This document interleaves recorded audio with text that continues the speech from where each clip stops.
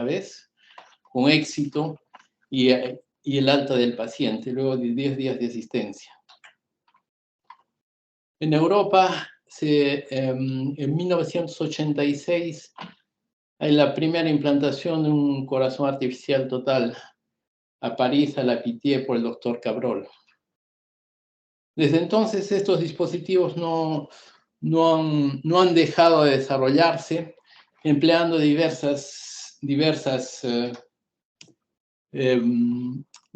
técnicas, diversos métodos de asistencia, como los primeros eran de tipos de asistencia neumática con ventrículos extracorporales, excepto el corazón artificial total, que era interno. Después, a finales de la década del 90, hay una revolución con el Jarvik 2000, una mini bomba implantada al interior del corazón con un cordón que sale detrás de la oreja. En esta diapositiva podemos ver cómo ha ido evolucionando progresivamente esta tecnología. En alto a la derecha podemos ver los ventrículos extracorporales Hermate 2. Enseguida viene estos ventrículos pueden ser usados para asistencia mono o biventricular. Enseguida vienen los sistemas eléctricos, el primero el Novacor, implantado al interior del cuerpo, ya no es una asistencia paracorporal. Luego viene el HeartMate, los dos con flujo pulsátil. Y un tiempo después, el HeartMate 2, que va a crear una pequeña revolución. Siempre un dispositivo eléctrico, pero ya no con un flujo pulsátil, sino con un flujo continuo. Como podemos, este cambio en el tipo de tecnología pasando de flujo pulsátil a flujo continuo ha permitido una mejor utilización y sobre todo mejores resultados a mediano y a largo plazo. Como se puede ver en esta gráfica, la sobrevida es mucho mejor con un dispositivo a flujo continuo que con un dispositivo pulsátil. Un poco más tarde llega la tecnología evoluciona. Las pompas axiales como el HeartMate 2, que tenía un contacto estrecho con la sangre, esta tecnología cambia, pasamos a la pompa hardware, que es una pompa de levitación magnética, lo que provoca, lo que ayuda a que no haya tanto contacto de la sangre con las paredes del dispositivo. Y finalmente, pocos años después, el HeartMate 3, con una tecnología un poco más avanzada, con una pompa de levitación magnética completa. Es una pompa que cuando se usa no tiene ningún contacto, ningún pivot con las paredes que están alrededor. Unas pequeñas palabras para el CARMAT. Es un corazón artificial pulsátil eléctrico con ventrículos tapizados de pericardio con sensores internos para adaptación del débito y válvulas biológicas. Teóricamente es un corazón artificial bastante avanzado. Desgraciadamente, hasta el momento ha tenido problemas tanto a nivel clínico como de funcionamiento, y su uso no está generalizado, sigue en periodo de pruebas clínicas. Esta diapositiva nos permite ver cómo ha evolucionado la tecnología sobre una misma marca de dispositivos, el HeartMate 2, HeartMate 3, el último. Esta evolución se ha dado en múltiples aspectos, sobre todo en la miniaturización, en el tipo de flujo, en los biomateriales y en la seguridad. La miniaturización da una mayor facilidad de implantación, una autonomía para el paciente, permitiendo un alta hospitalaria. El tipo de flujo de los sistemas monoventriculares, al principio, como había mencionado, eran pulsátiles, y el flujo, la aparición del flujo continuo estuvo asociado con una mejora en los resultados clínicos. La pompa Hermetus era una pompa axial, luego llega la levitación magnética con la hardware. Este dispositivo hardware ha dejado de usarse por problemas de tipo de complicaciones neurológicas. Y actualmente tenemos la bomba Hermate 3, que es el único dispositivo monoventricular comercializado actualmente. Como había comentado antes, tiene la particularidad de ser una bomba completamente, una pompa de levitación magnética completa. El rotor no tiene contacto con las paredes del motor. Esto ayuda a un menor estrés mecánico sobre los eritrocitos, a un menor frotamiento, menor consumo de energía y generación de calor. Los biomateriales también se ha mejorado, una mayor hemocompatibilidad y la seguridad que garantiza un funcionamiento óptimo a largo plazo. El menor estrés mecánico, menor frotamiento, está correlacionado con una menor incidencia de hemólisis y de problemas tromboembólicos. La asistencia circulatoria, como decía antes, hay dos tipos principales, los temporales, Centrimac, ECMO, Impella, la asistencia mecánica de larga duración para el ventrículo derecho, izquierdo, derecho, o ambos ventrículos. Lo que predomina ampliamente es la asistencia monoventricular izquierda, es la más ampliamente utilizada. ¿Cuáles son las indicaciones, los objetivos de este tipo de dispositivos? Los principales son puente al trasplante, un puente a la decisión en pacientes que presentan una contraindicación temporal a un trasplante cardíaco, sobrepeso, dependencia de drogas, un cáncer no tratado, entre otros. Un puente a la recuperación y implantación definitiva, pacientes con contraindicación total al trasplante cardíaco. Como mencionaba, el tipo de asistencia más ampliamente utilizada es la asistencia monoventricular izquierda, y el objetivo de esta reunión es hablar de su uso como puente al trasplante.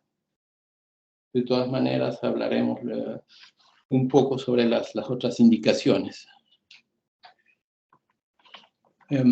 Las indicaciones para la implantación de un dispositivo, hay varios factores para tener en cuenta. En primer lugar, la disponibilidad del sistema, no está disponible en todo el sitio, en todos los hospitales. La disponibilidad de injertos, las políticas de atribución de injertos en cada país o región, sobre todo con la definición de superurgencias. Esto va asociado a la generalización del uso del ECMO en pretrasplante.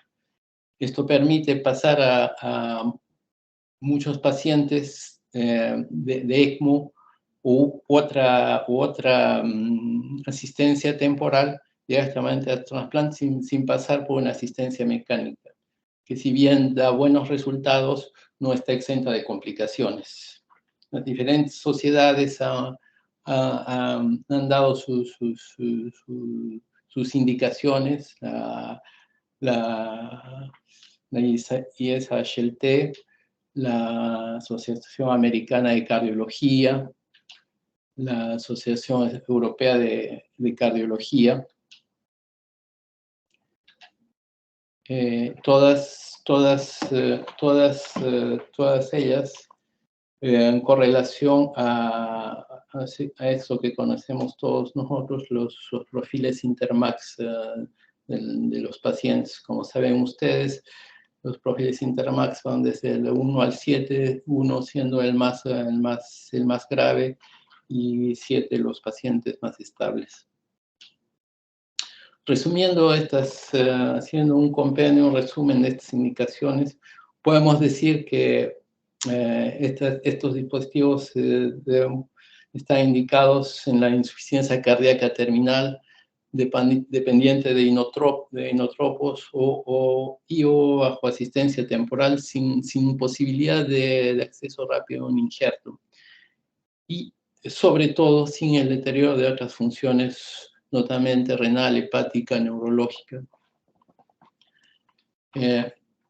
Puede usarse igualmente en insuficiencia cardíaca terminal sin respuesta al tratamiento médico óptimo y con deterioro rápido del estado hemodinámico y con baja probabilidad de acceso al trasplante, pacientes con grupos raros, pacientes de talla grande por los que probablemente no se va a conseguir un injerto rápidamente. Y la contraindicación temporal al trasplante, por ejemplo, cáncer en tratamiento, obesidad, dependencia al alcohol, drogas, otras patologías no controladas como la diabetes o los problemas tiroideos. La asistencia en este tipo de pacientes va a permitir la corrección de todas estas anomalías y permitirle llegar al trasplante en buenas condiciones. Para resumir, ¿qué se hace con un paciente en falla cardíaca terminal sin respuesta a un tratamiento médico? Hay varias opciones. La primera, siguiendo el tratamiento médico óptimo, ir al trasplante cardíaco directamente, si las condiciones lo permiten, pasar por una asistencia circulatoria. Antes de pasar por una asistencia circulatoria, tenemos la opción de las asistencias temporales, ECMO, Impella, Centrimac. Inclusive puede haber un puente entre las asistencias temporales y las asistencias de larga duración hasta el trasplante. El mensaje a pasar es: se debe priorizar el trasplante bajo todos los aspectos. La asistencia mecánica únicamente si no es posible o si hay una contraindicación temporal. ¿Con qué criterios o cuáles son las razones que nos incitan a apoyar, a utilizar esta técnica? En primer lugar, aquí tenemos un reporte de la Agencia de la Biomedicina francesa que muestra a este nivel los pacientes que mueren en espera de trasplante, los pacientes que están en lista y los pacientes nuevamente inscritos. La línea verde son los pacientes trasplantados. Como se puede ver, hay un ratio de un injerto por cada 2 pacientes inscritos. Lógicamente, no todos van a llegar, no todos van a tener la opción de llegar al trasplante de primera intención. Es en este caso que que es lícito utilizar una asistencia mecánica.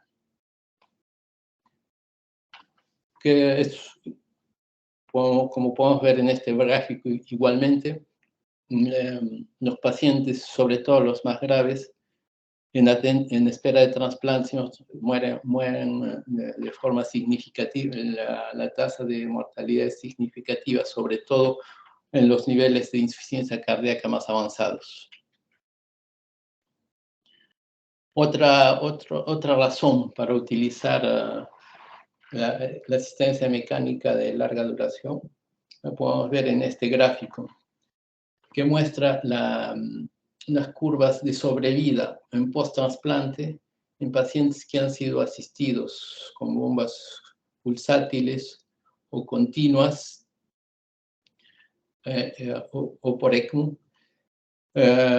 Como podemos ver, los pacientes que llegan al trasplante bajo asistencia tienen la misma esperanza de vida que los pacientes que son trasplantados directamente.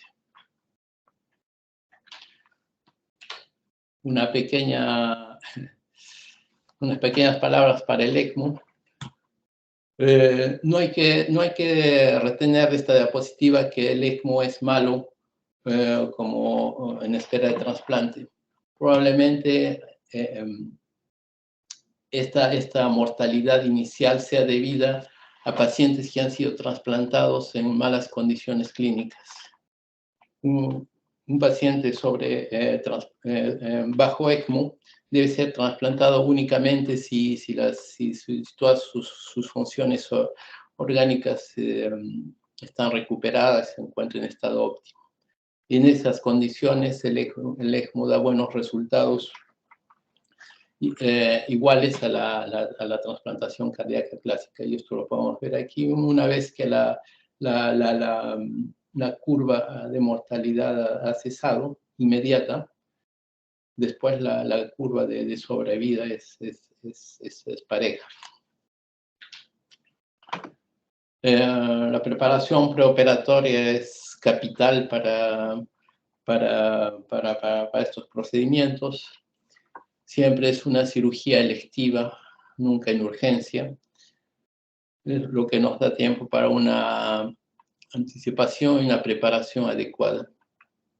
La selección de buenos candidatos garantiza el éxito no solamente de la cirugía, sino de los resultados postoperatorios inmediatos y a mediano y largo plazo.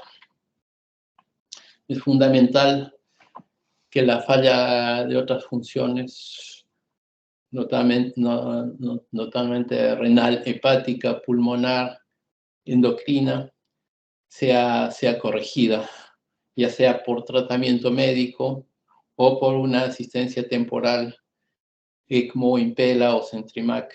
La anemia, la carencia marcial, las infecciones, la coagulación, la función respiratoria. Hay una evaluación cardíaca morfológica y funcional que se hace con diversos métodos, especialmente para ecografía, para resonancia magnética. Esta puede ser limitada por la presencia de desfibriladores o de marcapasos, escáner, coronarografía y sobre todo en todos los pacientes cateterismo derecho. Todos estos estudios nos van a dar varias informaciones, notablemente la morfología del ventrículo izquierdo. En la mayoría de casos el ventrículo es dilatado y no hay ningún problema para la implantación de la bomba. Hay que tener cuidado con las cardiomiopatías hipertróficas con pequeña cavidad del ventrículo izquierdo. En estos casos hay una contraindicación a la implantación del dispositivo porque va a estar en contacto con las paredes del ventrículo y no va a funcionar. Las válvulas, una insuficiencia aórtica, es fundamental detectarla antes de la implantación porque tiene que ser corregida al mismo tiempo.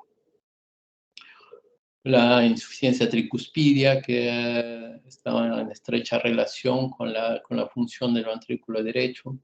Una estenosis mitral debe ser corregida durante el procedimiento, puesto que si la dejamos igual, no va a haber un buen pasaje de sangre desde la aurícula al ventrículo y la función de la bomba va a estar alterada.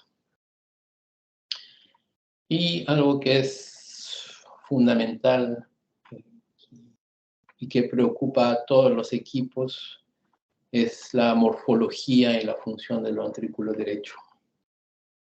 Podemos asistir al ventrículo izquierdo pero este ventrículo llenado, el ventrículo izquierdo, depende directamente del aporte de sangre garantizado por una buena función ventricular derecha. Una insuficiencia ventricular derecha post-implante está en relación directa con un aumento de la morbimortalidad inmediata y a largo plazo. Es un aspecto bastante importante. Como decía, todos los equipos,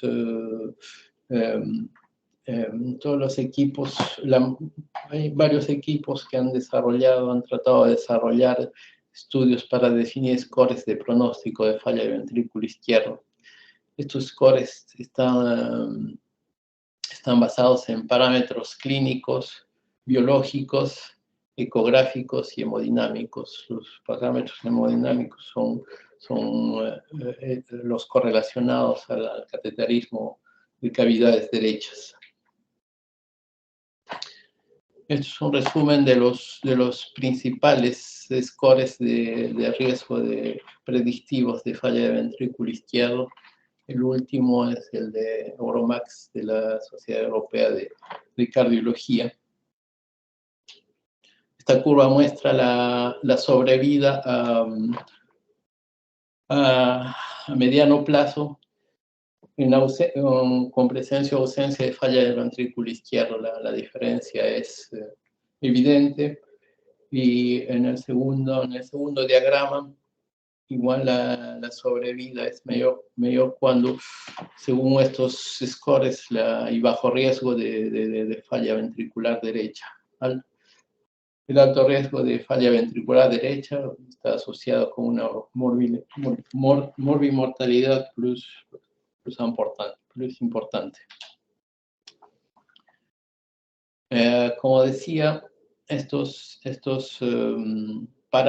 scores están basados en parámetros clínicos, ecográficos, hemodinámicos y biológicos. Un riesgo moderado de falla ventricular derecha. Tenemos todos ustedes pueden ver todos los aspectos en este lado. Hay que resaltar sobre todo los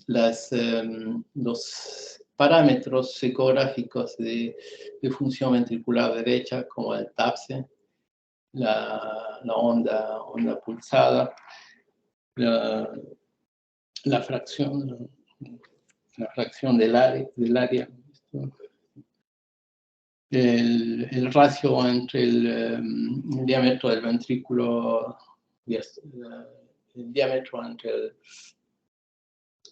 ratio entre el diámetro del ventrículo derecho al izquierdo en diástole, la fracción de eyección, la insuficiencia tricuspide. Los parámetros hemodinámicos son el índice cardíaco, la PVC, la resistencia vascular pulmonar, el índice de pulsatilidad, el índice de trabajo sistólico del ventrículo. Los parámetros que consideramos como de mayor riesgo por una falla ventricular derecha son la cirugía previa, la ventilación mecánica preoperatoria, la dependencia de inotropos. Para los parámetros clínicos, para los parámetros ecográficos, una disfunción sistólica importante, la dilatación del ventrículo derecho, los parámetros hemodinámicos, una PVC mayor de 16, un índice cardíaco menor de 2 litros, un índice cardíaco entre la PVC y la presión de cuña mayor a 0.6. Y entre los parámetros biológicos, la disfunción renal y hepática tiene una relación directa con falla derecha postoperatoria. ¿Cómo optimizar el ventrículo derecho previo a una cirugía? Es importante evitar la sobrecarga de volumen.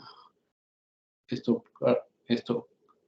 provoca un aumento de la precarga del ventrículo, notablemente. Se trata notamente para tratamiento con diuréticos, que optimizar la función renal hepática, ya sea para tratamiento médico único o asistencia para una asistencia temporal. La función pulmonar, sobre todo las infecciones, es mejor que el paciente llegue extubado a la cirugía. Un edema pulmonar refractario puede ser tratado con una descarga ventricular izquierda temporal con un impela. Esto disminuye la poscarga del ventrículo derecho y permite una mejor recuperación. La presión de perfusión, sobre todo las coronarias, utilizando inotropos si es necesario, y una corrección de todos los desórdenes de coagulación y de desórdenes endocrinos. En esta diapositiva podemos ver una paciente con ECMO postoperatorio, ECMO postcardiotomía con un edema pulmonar refractario. Aquí se puede apreciar la cánula venosa que sube desde la arteria femoral. Este edema refractario se trató con una bomba impela por vía subclavia. Y esto permitió dos cosas. Primero, solucionar el edema pulmonar. Y aquí ya no se ve la cánula venosa. El ECMO ha sido retirado. Y esto permite probar la función del ventrículo derecho. Si la pompa impela funciona correctamente sola, quiere decir que el ventrículo derecho está enviando suficiente sangre al ventrículo derecho y que su función es correcta y es compatible con la implantación de una asistencia de larga duración. Una segunda, es el mismo, otro paciente con utilización de impela, evolución favorable de edema pulmonar. La disfunción ventricular derecha severa es una contraindicación a la implantación de un dispositivo de asistencia.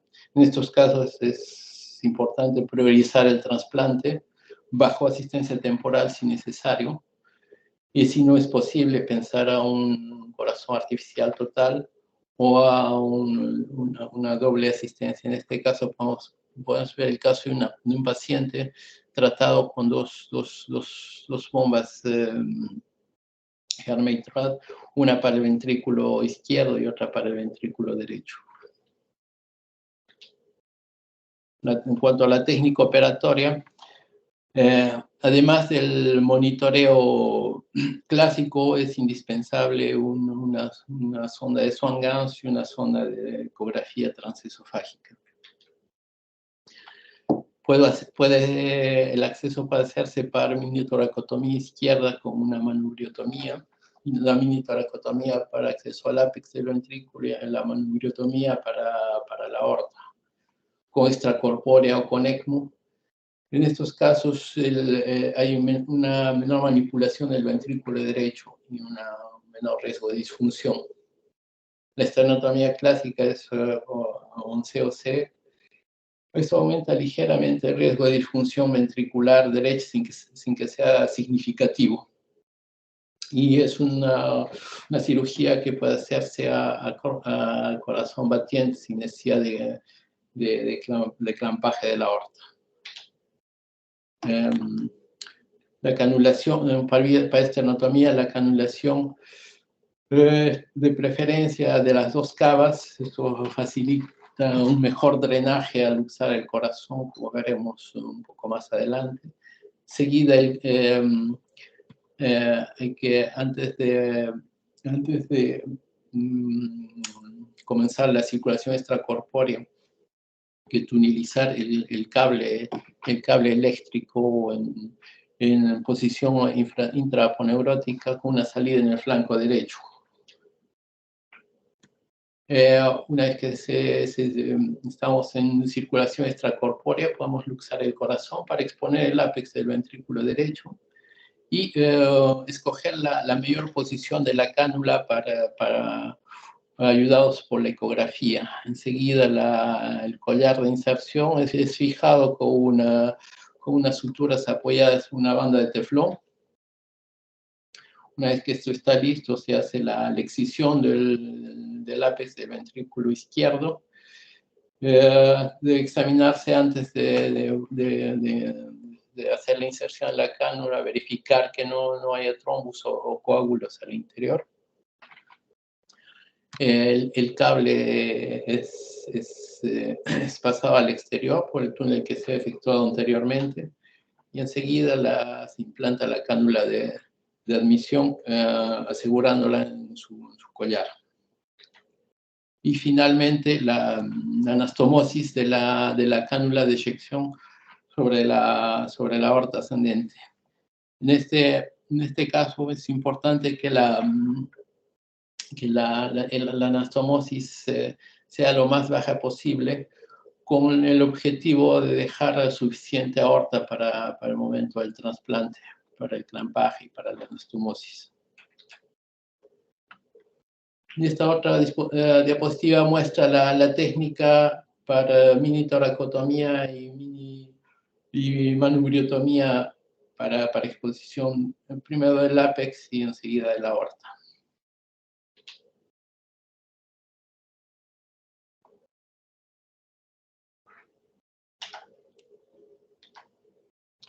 Un pequeño video aquí, voy a tratar de que se abra.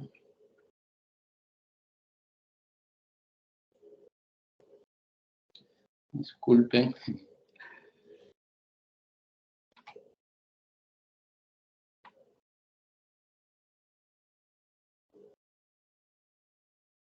Es un pequeño video de una implantación de un dispositivo. En primer lugar, hay que verificar el funcionamiento de la bomba en inmersión en suero salino glucosado.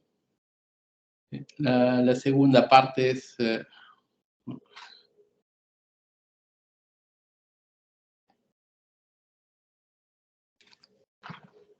la mejor ubicación por la inserción de la cánula apical. El collar es asegurado por varias suturas apoyadas en bandas de teflón para dar una mayor estabilidad y una mejor hemostasia. Enseguida la excisión de la punta del ventrículo izquierdo para permitir la inserción de la cánula de admisión.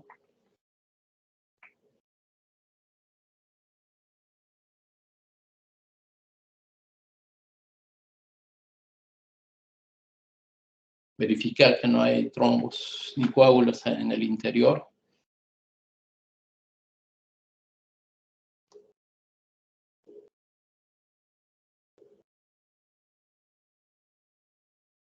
Inserción de la cánula de admisión.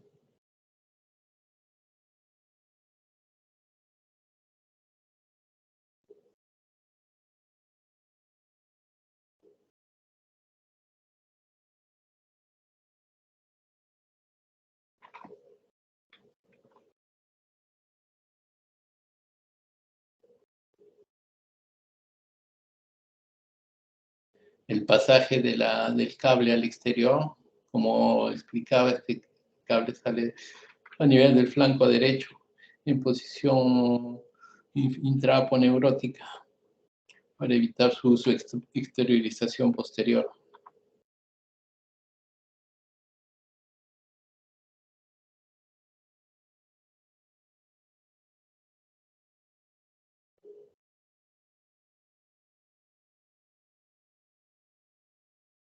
Y finalmente la anastomosis de la vía de eyección en la aorta ascendente. Como decía, es una cirugía que no necesita de parada cardíaca ni clampaje aórtico. La anastomosis se hace a un clampaje parcial.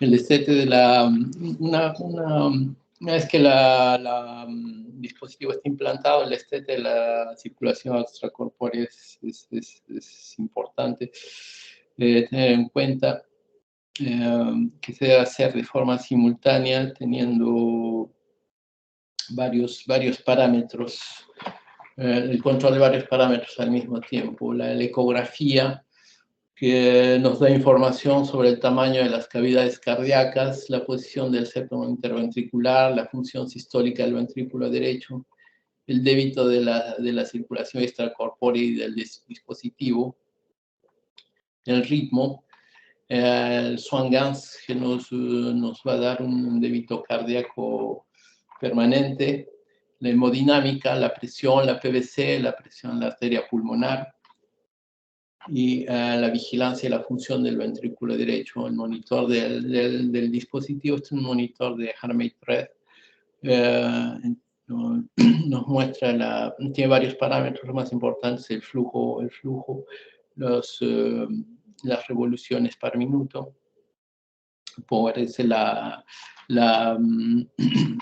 el consumo de energía, el índice de pulsatilidad está en relación directa con la precarga y poscarga del ventrículo. Los signos evocadores de disfunción derecha son hipoquinesia, iodilatación del ventrículo, una PVC elevada, una desviación del septum ventricular a la izquierda, con colapso del ventrículo izquierdo. Esto se produce porque no llega sangre. El ventrículo derecho está en la imposibilidad de enviar sangre al ventrículo izquierdo. La función de la bomba hace que este se vacía aún más. Esto provoca la desviación del septum a la izquierda. La desviación del septum a la izquierda produce cambios morfológicos en la anatomía del ventrículo derecho. Y estos cambios morfológicos son asociados directamente a cambios en la contractilidad. Otros datos son la hipotensión, la taquicardia y el débito de asistencia disminuido. La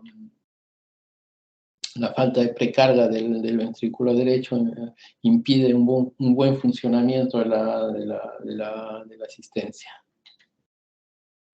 El manejo de la asistencia de la disfunción ventricular derecha, en primer lugar, es médico.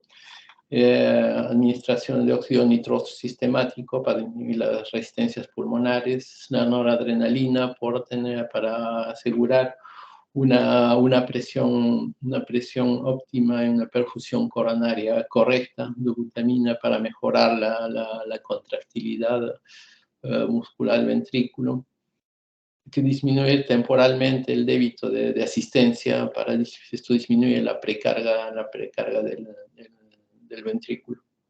Si a pesar de todas estas medidas la disfunción persiste, una disfunción refractaria, se debe pasar al siguiente paso, que es una asistencia mecánica temporal. Nosotros usamos un ECMO DROT percutáneo, dos métodos, uno yugular con una cánula de doble flujo, con una vía de admisión y una de eyección, o si en su defecto con un ECMO femoroyugular. Como decía, la descarga del ventrículo derecho para la máquina de asistencia provoca un cambio en la geometría septal y del ventrículo derecho, y cambios en la distensibilidad y en la contractilidad del ventrículo. La descarga provoca una disminución de la postcarga del ventrículo, que puede ser benéfico, que puede ser contrarrestado por estas dos posibilidades. La disminución, los cambios en la geometría y la asistencia por la bomba izquierda va a aumentar el retorno venoso en la postcarga. Y son factores que pueden agravar una insuficiencia derecha. Aquí tenemos los dos métodos que utilizamos en caso de asistencia ventricular derecha refractaria. La primera es con una cánula de doble flujo, que es introducida por vía percutánea yugular, pasando por la válvula tricúspide del ventrículo, hallando la extremidad, llegando hasta la arteria pulmonar. Esta cánula tiene una zona de admisión a nivel de la aurícula izquierda, que va directamente a la vía de admisión, y en la otra vía va a la cánula a la extremidad de la arteria pulmonar.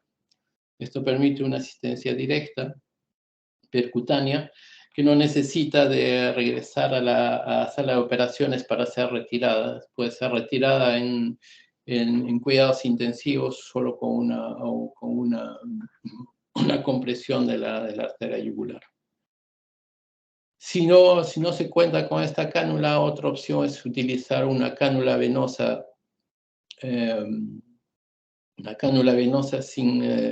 sin orificios en su trayecto, solamente con orificios en la extremidad. Esta cánula también se coloca por vía percutánea yugular y va hasta la arteria, pasando por la tricúspide y el ventrículo, va hasta la arteria pulmonar. En este caso, la admisión se hace por la vena femoral. Igualmente, en este caso, no se necesita regresar a la sala de operaciones para retirar la asistencia cuando esta ya no se necesita. Esta es la cánula Protect Duo. A este nivel está la admisión. Estos orificios están ubicados a nivel de la aurícula derecha. Estos orificios van conectados a la vía de admisión. Esta es la vía de eyección, que va directamente a la extremidad que está posicionada en el tronco de la arteria pulmonar. Los resultados de este tipo de dispositivos, como comentaba anteriormente, HeartMate 3 es el único dispositivo de asistencia ventricular izquierda actualmente comercializado.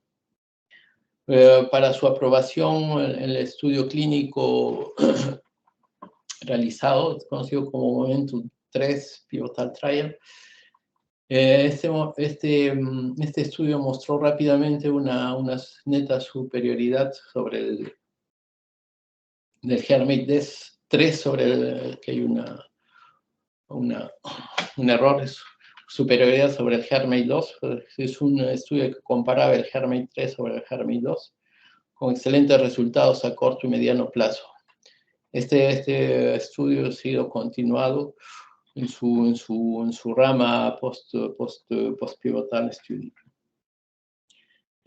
Gracias a estos resultados, que son bastante buenos, la FDA aprobó su utilización para uso en destination therapy en pacientes con contraindicaciones al trasplante. Aquí podemos ver el estudio inicial y el estudio complementario.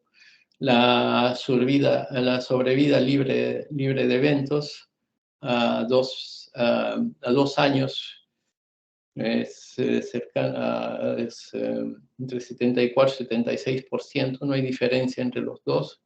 La sobrevida igual es muy buena, a 2 años. 80% de sobrevida en los dos, casi 80% de sobrevida en en las dos ramas del estudio. Esto compara la sobrevida según las indicaciones, como puente al trasplante o como puente a la decisión en pacientes con contraindicaciones temporales al trasplante.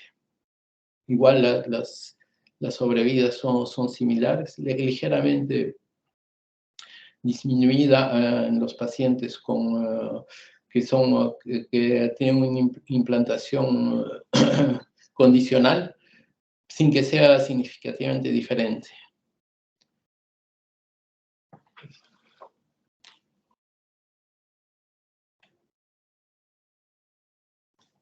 La sobrevida libre de eventos igual a 2 años,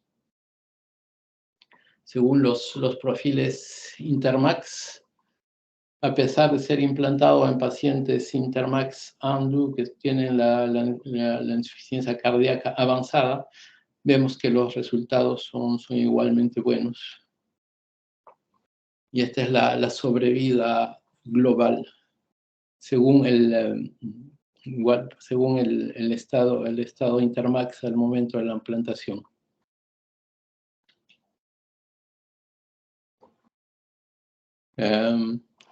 Otros estudios que van en el mismo sentido, resultados de la asistencia circulatoria. Aquí podemos ver que los dispositivos de flujo continuo son netamente mejores que los pulsátiles y el tratamiento médico.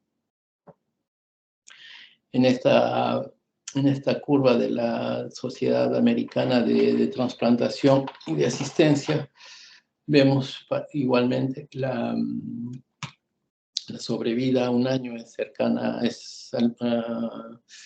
es alrededor de 80%, que se cruzan aquí las curvas de los pacientes que son trasplantados y los pacientes que siguen en asistencia.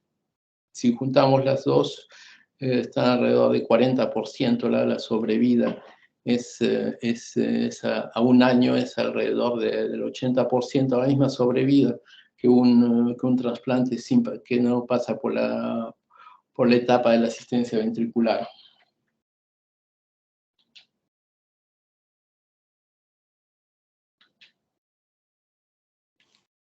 Hablamos de buenos resultados, buena sobrevida, pero esto no va sin las complicaciones inherentes a este tipo de dispositivos. Las principales complicaciones son tromboembólicas, neurológicas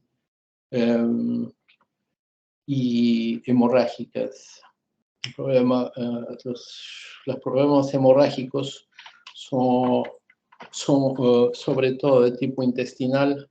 La utilización el flujo continuo a través de la máquina provoca una alteración comprobada del factor de von Willebrand, y esto se relaciona directamente con un aumento en los sangrados gastrointestinales.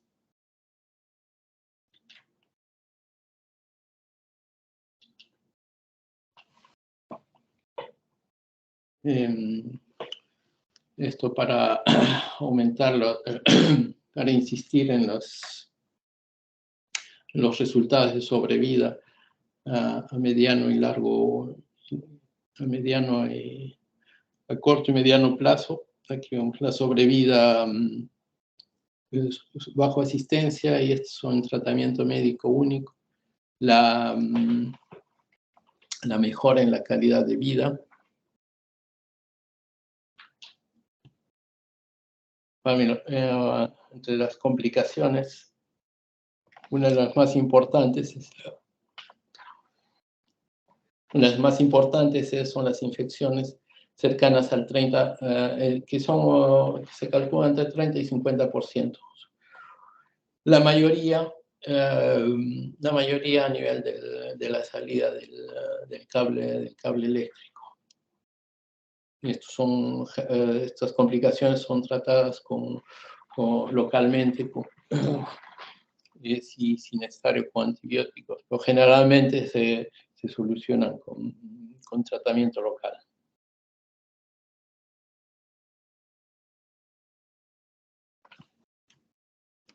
Aquí podemos ver como decía,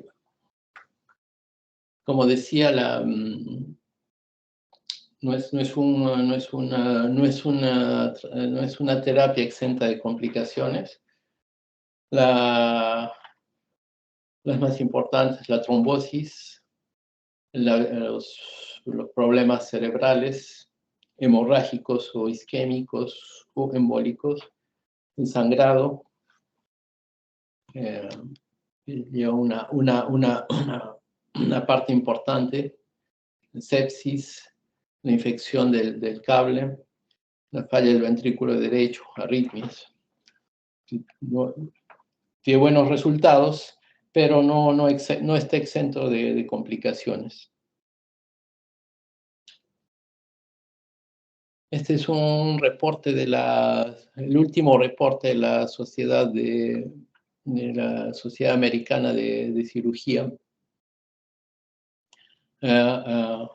comparando los diferentes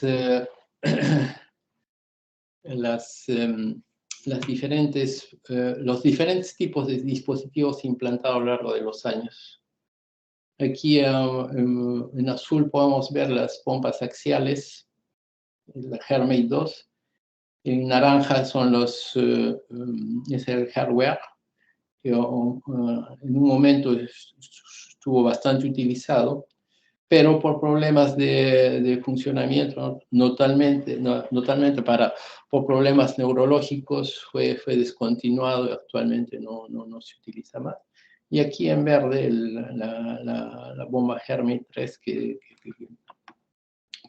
es la única utilizada actualmente. El profil Intermax no ha cambiado con los años. Casi la mitad de los pacientes son implantados en nivel Intermax 1 y 2 en los estados más graves. Lo que sí ha cambiado, y de manera notable, es la utilización, esto es específico a Estados Unidos, la utilización como puente al trasplante. Esto ha cambiado drásticamente. Actualmente las utilizaciones son alrededor del 5%, han pasado de ser de casi 25% al 5%. Y esto está relacionado a un cambio en la atribución en la organización de atribución de injertos. No conozco exactamente cuáles son estos cambios, pero yo pienso que probablemente son relacionados a una mayor utilización del ECMO en superurgencia y son pacientes que pasan directamente al trasplante sin pasar por la etapa de la asistencia. Y lo que vemos es un aumento importante en la implantación como terapia definitiva. La sobrevida a 5 años. En esta curva compara la sobrevida a diferentes épocas, la roja entre 2012 y 2016, la azul entre 2017 y 2021. Se comienza a ver una diferencia a partir de los 2 años, probablemente debido a un mayor manejo de los pacientes y al tipo de dispositivo utilizado. Esta curva está en relación a los perfiles Intermax de los pacientes. No se ve mucha diferencia. Y aquí, según el tipo de indicación, los mejores resultados son como puente al trasplante, en rojo el puente a la decisión, y resultados un poco menos buenos en los pacientes que son implantados como tratamiento definitivo. Probablemente son pacientes con mayor morbilidad o más con mayor edad.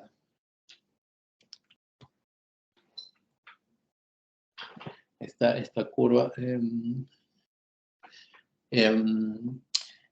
esta curva muestra la sobrevida libre de problemas de sangrado, de acuerdo a diferentes épocas, como anteriormente expresado. En rojo entre 2012 y 2016, el azul entre 2017 y 2021. Probablemente en esta época ya comenzó a utilizarse el HeartMate 3. Como decía, es una máquina que da buenos resultados, tiene menos tendencia al sangrado, a problemas de trombosis o de coagulación. Probablemente estos mejores resultados relacionados a la sobrevida libre de sangrado estén relacionados a este dispositivo. Igualmente la sobrevida libre de SABC importantes, la sobrevida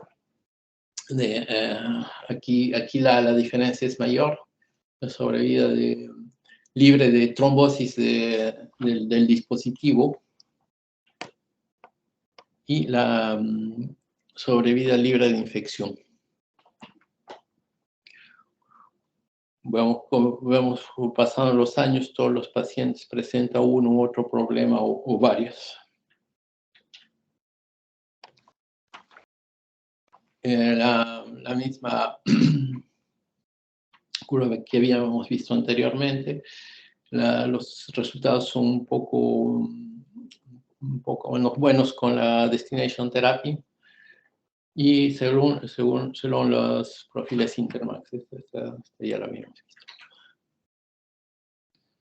Este es el reporte de lo que veíamos antes, era el reporte de la Intermax, el reporte americano. Este es el reporte Euromax entre 2011 y 2020.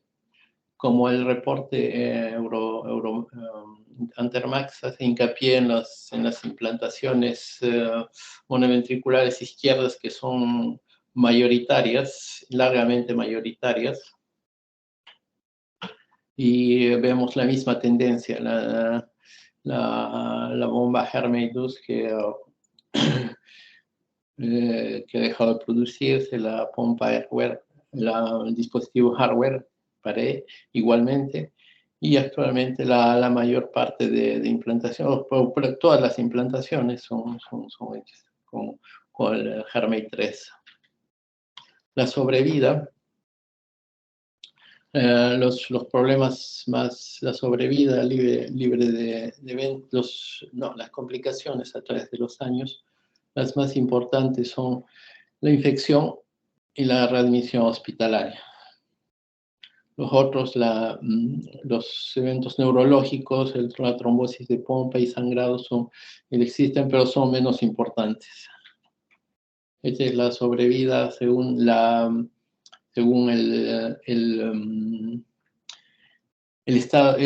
perfil Intermax en el momento de la implantación. Lógicamente, la mejor sobrevida tienen los pacientes más estables. Y esto compara las diferentes tipos de asistencia. Lógicamente, la LVAD es la que da mayores resultados. La doble asistencia está relacionada con mayores complicaciones, lógicamente con mayor mortalidad. Esto es el reporte de la de la Sociedad Americana de Trasplante y Asistencia, las diferentes implantaciones a través de los años. El VAD es el mayoritario. Los otros tipos de dispositivos son utilizados de manera mucho más frecuente. Esta curva ya la habíamos visto, ya la habíamos explicado, la sobrevida según el tipo de asistencia y la comparación con pacientes no asistidos. Ya hablamos respecto al ECMO. Y es lo que le decía anteriormente, si quitamos estas muertes del ECMO precoces, probablemente debidas a pacientes trasplantados donde condiciones no óptimas, y comenzamos a ver la sobrevida a partir de 6 meses, vemos que el ECMO tiene su lugar como una parte principal en el manejo de estos pacientes. Inclusive se ve que la sobrevida a cierto momento es mejor.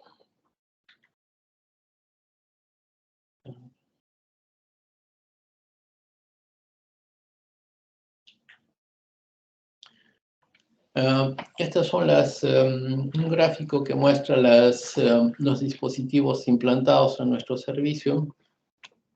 Hasta 2019 no hacíamos diferencia entre los diferentes dispositivos, pero sí en el tipo. En azul son los LVAD, los rojos son los corazones artificiales totales Järvik 7, que actualmente se llama Syncardia. Berlin Art, que es un dispositivo paracorporeal muy poco utilizado. A partir de 2020 vemos, como todas las otras curvas de los otros estudios, la utilización mayoritaria está relacionada al HeartMate 3. Algunas implantaciones, una por año, biventriculares, también con el HeartMate 3. Y el corazón artificial total, que lo usábamos hasta hace, como ven, su utilización ha disminuido bastante. Los últimos años las implantaciones han sido muy pocas y actualmente este dispositivo no está disponible en Europa por problemas de permisos con las agencias de sanidad. Los pacientes que implantamos entre 2020 y 2022, la mayoría estaban en Intermax 1 y 2. Las complicaciones, las más importantes, son las rehospitalizaciones, las mediastinitis que necesitan un tratamiento quirúrgico, cerca del 20%. El deceso precoz a menos de 20 días es a 11%. El ECMO, la asistencia al ventrículo derecho se ha dado en 30% de los pacientes, con una media de asistencia de 10 días, yendo desde 1 hasta 14 días. La infección de cables, la complicación, la más importante, la trombosis del dispositivo tiene una baja tasa de incidencia, igual que los problemas neurológicos mayores.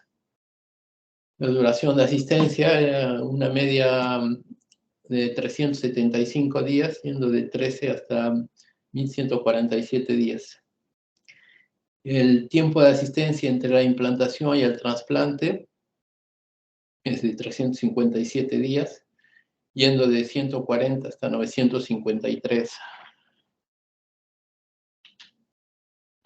El tipo de indicación, Contrariamente a los Estados Unidos, la mayor parte de los pacientes son en puente de la transplantación, seguidos por puente a la decisión, con contraindicaciones temporales al trasplante, y a la recuperación, 6% de pacientes. Los pacientes, comparando las diferentes indicaciones, en puente al trasplante, los trasplantados y vivos a un año post-trasplante llegan al 87%, los fallecidos cerca de 10%, y los que continúan en asistencia están alrededor del 3%. No es lo mismo con los pacientes que son asistidos como puente a la decisión. Trasplantados y vivos a un año son 20%, fallecidos el 40%, y los que siguen en asistencia el 40%, ya sea porque no ha habido un injerto o el problema que ha originado este implante con contrainyección al trasplante no ha sido aún solucionado. ¿Qué nos depara el futuro? Las industrias trabajan para mejorar este tipo de dispositivos en diversos campos, en diversos aspectos.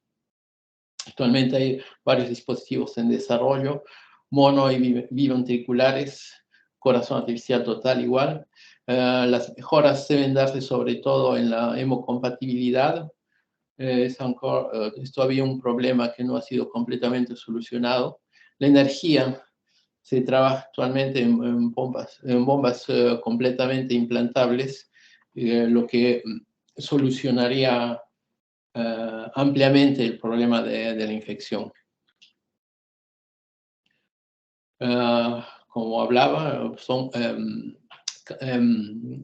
investigaciones y desarrollos en torno a la biocompatibilidad, a la pulsatilidad, al control remoto, bombas más pequeñas, y en el tipo de energía que bombas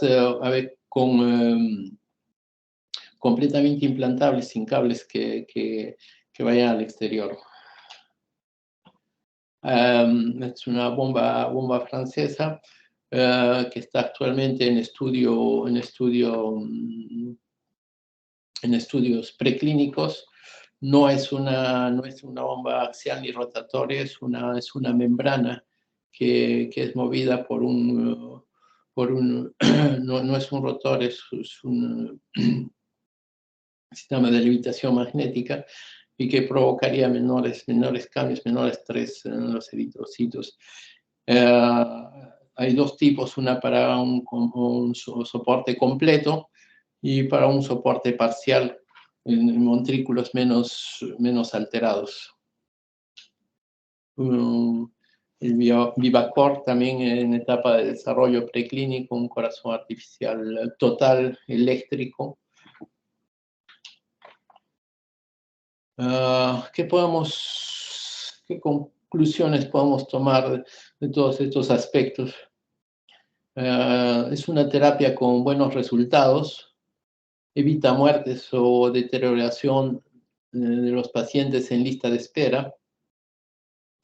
La indicación como puente al trasplante o como puente a la decisión da resultados similares al trasplante sin asistencia. Permite ganar tiempo y hacer una mejor selección de pacientes. Estos llegan al trasplante de mejor estado físico y clínico, puesto que son pacientes que son dados de alta, pueden regresar a la casa, pueden hacer terapias de rehabilitación, mejorar su estado clínico y todas sus funciones vitales. Esto permite que lleguen al trasplante en condiciones físicas, biológicas y clínicas óptimas. Y esto está en relación directa a los resultados que hemos comentado anteriormente. Y es una terapia que permite la espera de pacientes con contraindicaciones temporales. aunque no hay que dudar en utilizar esta técnica, pero hay que escoger el buen momento. Mientras más esperamos, vemos que los resultados son menos buenos. Hay que implantarla cuando los pacientes están todavía en un buen estado clínico, fisiológico y clínico y físico.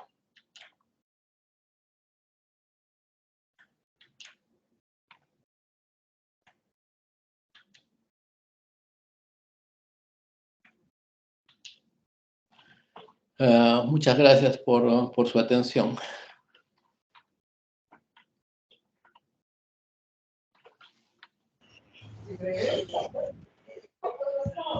Buenas noches, doctor Barreda.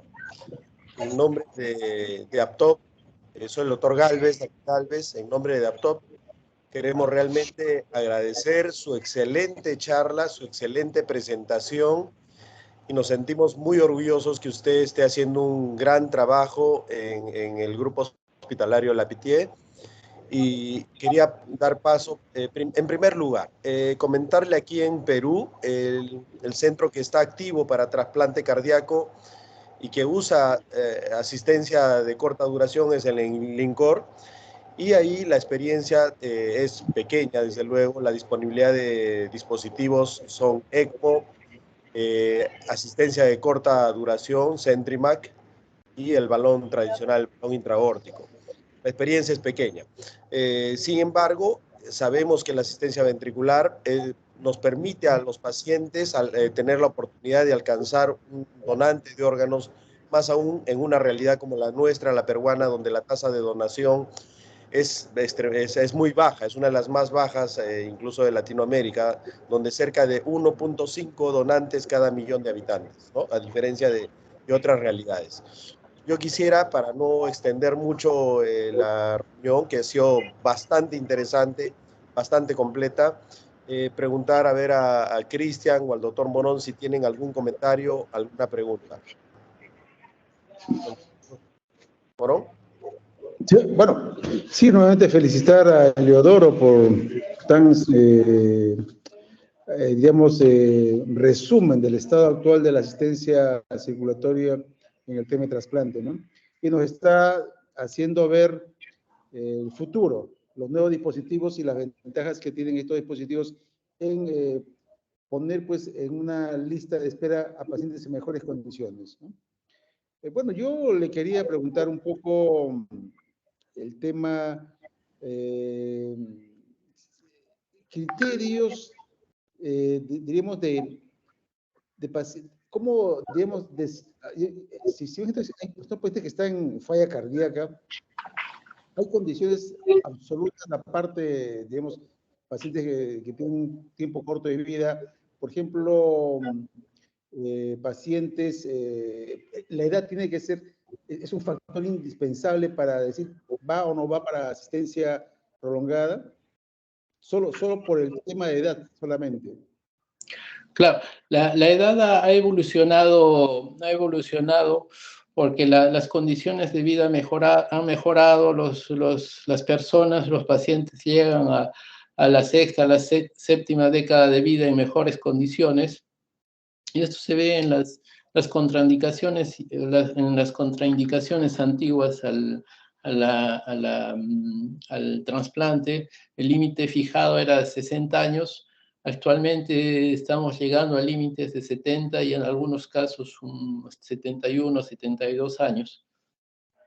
Entonces podemos decir que el límite para una asistencia está entre 65 y 70 años. Esto depende totalmente del estado clínico y físico del paciente. A eso ya, esto porque el tema, ¿qué hacen cuando el paciente sobrepasa esta edad y es un paciente que está en falla cardíaca? ¿Ustedes están apuntando a más terapia de destino? Exactamente. Estamos apuntando a más terapia de destino pero las implantaciones son aún insuficientes, porque la agencia que, que,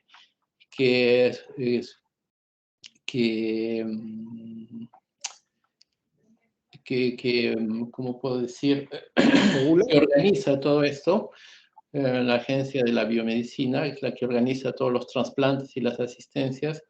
Tienen en su programa por lo menos 3 veces más de asistencias de las que se ponen actualmente en el país.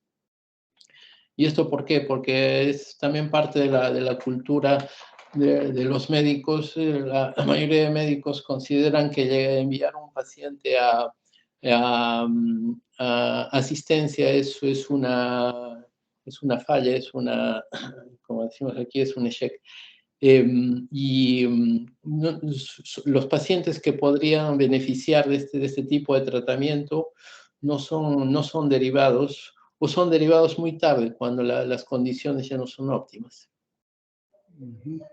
Pero en realidad sí se podría aumentar el tipo de implantaciones a Destination Therapy.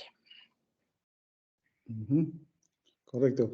Creo que Cristian quiere... Cristian, si tienes algún comentario.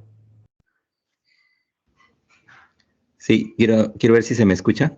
¿Sí? Sí. Sí, Cristian, sí. Hemos estado hablando de tanta tecnología y he tenido problemas con la computadora. Me disculpo por el ingreso. No hay problema. Bueno, doctor Barreda, doctor Teo, felicitaciones, ¿no? Una exposición. En algún momento, algunas partes de esto y algunas dudas lo conversábamos en su oficina allá en París. Felicitarlo por la gran revisión y a la vez, pues, a comentar algunas cosas que usted lo mencionó, ¿no? Ya lo decía el doctor Galvez, el ratio entre el trasplante y los donantes, o entre los receptores y donantes, es bastante limitado en esta realidad. Eso abre esta posibilidad de esta tecnología. Si bien es cierto, en el mundo lo que más se implanta son dispositivos de larga permanencia y usualmente en estadios de Intermax más precoces, 3, 4, pero eso un poco se aleja de nuestra realidad. En nuestra realidad, por ahora solo contamos con terapia de soporte temporal. Un poco les contaré, sé que hay colegas de acá del país, de otros hospitales. Tenemos ECMO, y tenemos CentriMac, que es una centrífuga de levitación magnética que no es totalmente implantable, es para corpóreo, y que en el escenario en el que conversamos hoy, pues definitivamente el ECMO en nuestra realidad solo lo hemos usado en 2 pacientes, ¿no? Con un paciente que fue justo en la temporada de COVID, donde se soportó por algunos días y finalmente fue trasplantado. Y el otro fue un paciente que fue preparado para un trasplante cardiopulmonar que lamentablemente no se dio, pero que dio un soporte que superó casi, si no me equivoco, cercano a los 2 meses. Pero lamentablemente no llegó a destino, ¿no? Y eso porque tuvimos problemas con el COVID, hubo ligera desabastecimiento de la industria, y bueno, ahí fue donde se tuvo que optar por este ECMO. Nosotros como estrategia de puente trasplante, el ECMO, de acuerdo a los reportes del ISHLT, no lo solemos usar. Como puente trasplante usamos el CentriMac más, y el ECMO sí lo usamos en los pacientes con falla avanzada que tienen descompensación como puente a puente, ¿no? En el Intermax más o menos un promedio de 3% tienen la implantación de un LVAD o con previa utilización del ECMO, ¿no? ¿Qué más? Y en referente a nuestra estadística en CentriMac, tenemos 27 pacientes soportados con CentriMac. Tenemos también 2 pacientes pediátricos soportados con CentriMac que pues tenían que tener el peso suficiente como para usar este CentriMac, que el que tenemos básicamente es para más de 10 kilogramos, a diferencia del Pedivast, ¿no? Que no contamos por ahora.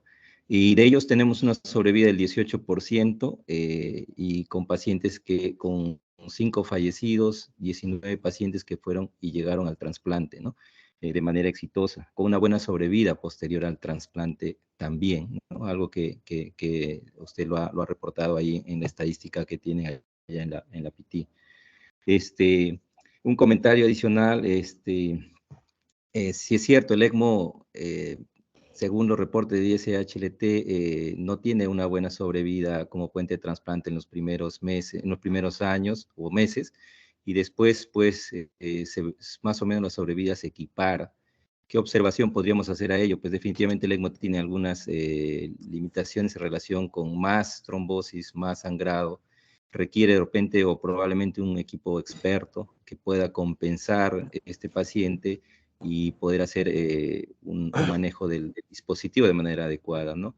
Hay un estudio que se publicó en el 2021 en JACC de Columbia, donde ellos encuentran casi lo mismo, ¿no? Cuando hacen un seguimiento a largo plazo entre los que fueron soportados con ECMO y los que fueron soportados con BAT, no encontraron mucha sobrevida, pero sí, no mucha diferencia, perdón, pero sí hubo una diferencia al corto y mediano plazo, ¿no? Donde hubo una menor sobrevida en los pacientes con ECMO comparado a los que fueron con BAT, ¿no? O sea, aquellos que fueron con ECMO directamente a trasplante, es decir, ¿no? Igual, el mensaje creo que no tanto es usar ECMO como puente de trasplante, sino que en algunas condiciones definitivamente podría usarse y tendría que valorarse bien como grupo, escoger bien al paciente, como usted lo ha dicho, y escoger el momento adecuado y cuando consigamos estabilizar adecuadamente las disfunciones orgánicas que genera el choque cardiogénico, ¿no? Otro comentario que también le quería hacer, pues definitivamente esto abre la necesidad de que los pacientes, estas terapias son muy especializadas, entonces los pacientes con falla avanzada deben ser referidos a centros especializados, ¿no? Que puedan contar con estas terapias avanzadas, sea de soporte circulatorio, soporte ventricular y el trasplante como terapia que se les pueda ofertar, ¿no?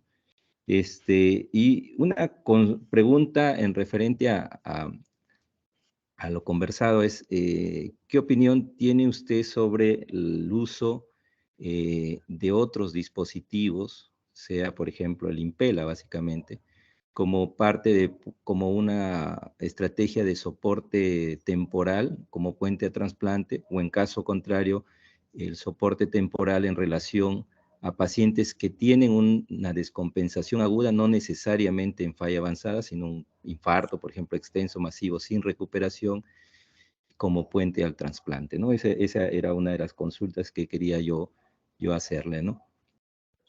Sí, primero un pequeño comentario respecto al ECMO. No es que el ECMO sea malo para que tenga malos resultados en post-trasplante. Es sobre todo las elecciones de los pacientes, y eso lo hemos visto con el tiempo. Antes teníamos tendencia a tratar de trasplantar a todos los pacientes que estaban bajo ECMO, sin importar el tiempo de duración de la asistencia. Desgraciadamente, cuando los pacientes están más de dos semanas de ECMO, comienza a tener problemas de problemas pulmonares, de débito pulmonar y de infecciones oportunistas. Son estos pacientes los que van mal en post-trasplante de ECMO. Entonces, esta estrategia ha cambiado.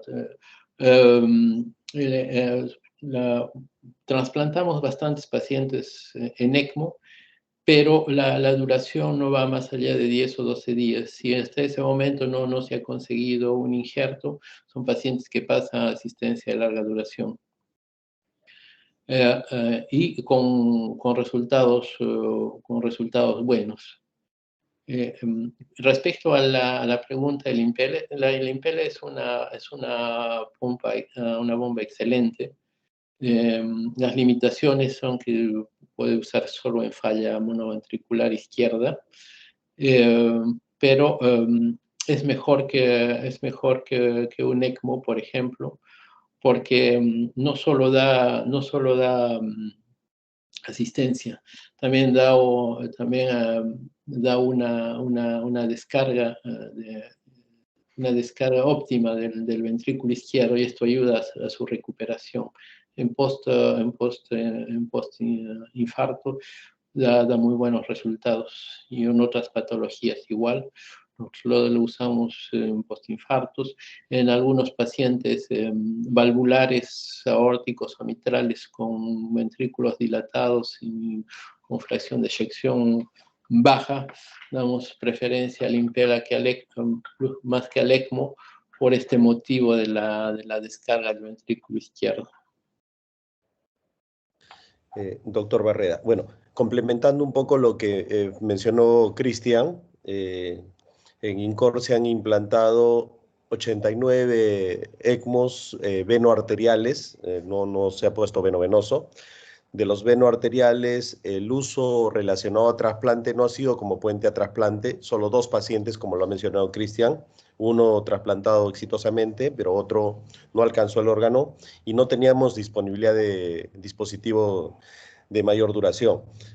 Pero, sin embargo, el ECMO ha sido una herramienta muy importante para pacientes como puente a recuperación. Cerca del 70% de los pacientes se usó como puente a recuperación, más aún si en el país hay una escasez de donantes y hemos tenido que traer cerca del 30% de donantes son de provincia, con tiempos de isquemia largos y en quienes la falla primaria del injerto es frecuente. Entonces, 70% de los ECMO relacionados al trasplante han sido usados como puente a recuperación, ¿no?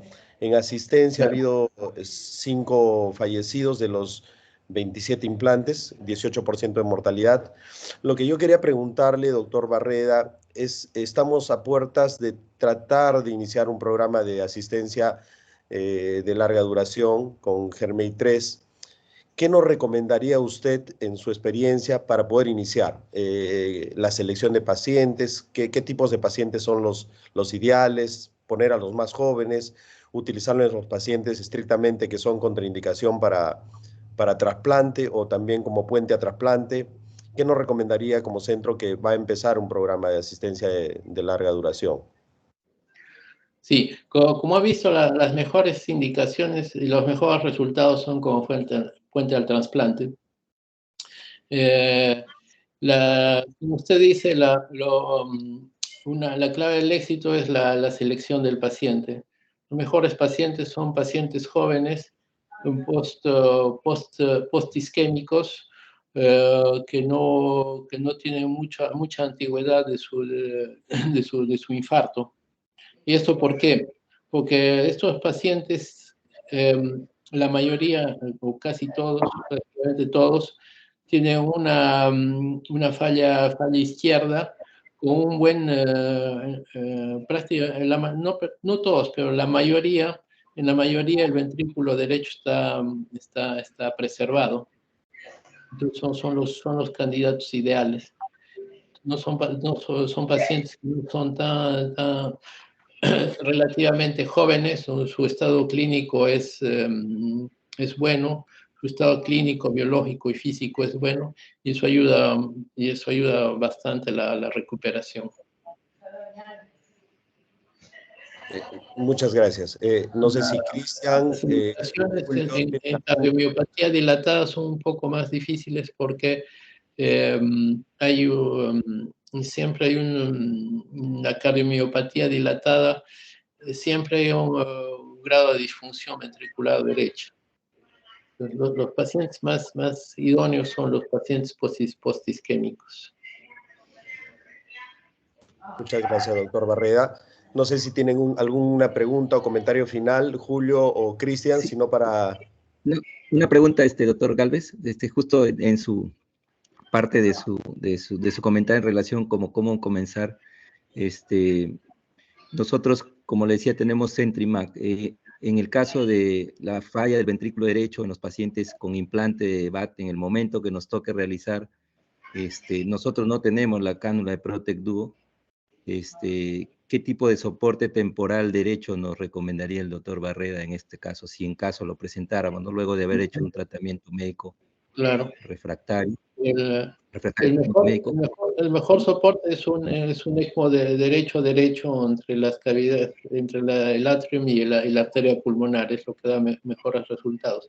El ECMO no está indicado porque el ECMO va a derivar la mayor parte de sangre hacia la máquina, no va a llegar sangre al ventrículo izquierdo, y esto va a dejar la máquina funcionando mal. Si no hay la cánula Protect Duo, otra opción es usar una cánula metrónica venosa sin orificios laterales, únicamente con orificios en su extremidad. Es una cánula igual que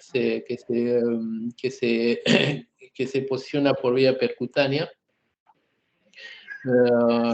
El diámetro no es muy importante, está entre 21 y 22 frames. Y esa sería la cánula de eyección. Y la cánula de admisión se coloca en la arteria femoral. Igual es una asistencia que puede retirarse en cuidados intensivos sin necesidad de regresar a la sala de operaciones. Y una segunda opción es implantar directamente una prótesis de dacrón de 8 milímetros en el tronco de la arteria pulmonar, y esta sale por contraincisión a nivel subcostal izquierdo. Y por esta incisión, por esta prótesis, se pone una cánula que va directamente a la arteria pulmonar, y la segunda cánula de admisión en la vena femoral. Igual es un procedimiento que no necesita un retorno a sala de operaciones para explantarla, porque hay que tener cuidado, evidentemente, a la asepsia de esta prótesis. Una vez que la asistencia es terminada, la cánula es retirada, la prótesis se jala un poco para cortar a un nivel limpio, se sutura, se reintroduce y se cierra la incisión. Porque son procedimientos que se hacen en cuidados intensivos sin necesidad de regresar a sala de operación. Muchas gracias, doctor Barreda. Dada la hora, queremos primero agradecerle por su excelente presentación. Es un tema realmente apasionante, donde se vienen novedades y esto está permitiendo salvar muchas más vidas. Segundo, por la hora en que usted se conecta desde París, es madrugada y realmente ha tenido una gentileza enorme, una deferencia enorme hacia nosotros, de poder brindarnos un poco su experiencia.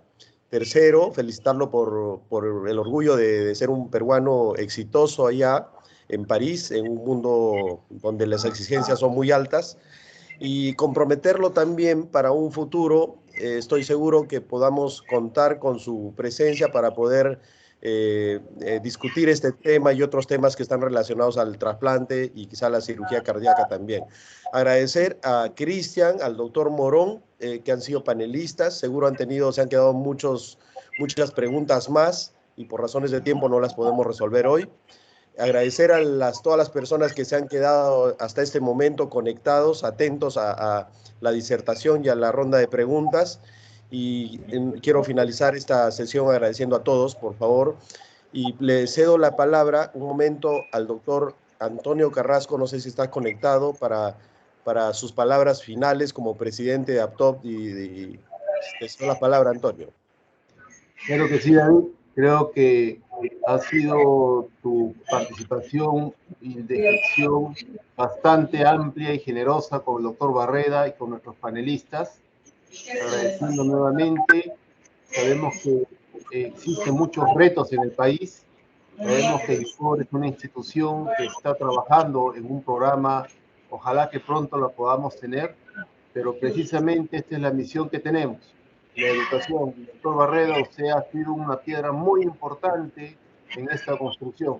Eternamente agradecido, y a todos ustedes, muchas gracias. Adelante, David. Gracias a todos, doctor Barreda. No sé si tiene algunas palabras finales. Igualmente quiero agradecer al doctor Galvez, al doctor Morón, al doctor Suplopuco, al doctor Carrasco por esta oportunidad. Ha sido un placer para mí compartir con ustedes. y tenga la seguridad de que estuvo a su entera disposición cuando guste. Gracias. Gracias a todos. Damos por finalizada la sesión. Muchas gracias. Que tengan buenas noches. Buenas noches, doctor Teo. Hasta luego. Gracias. Buenas noches. Buenas noches.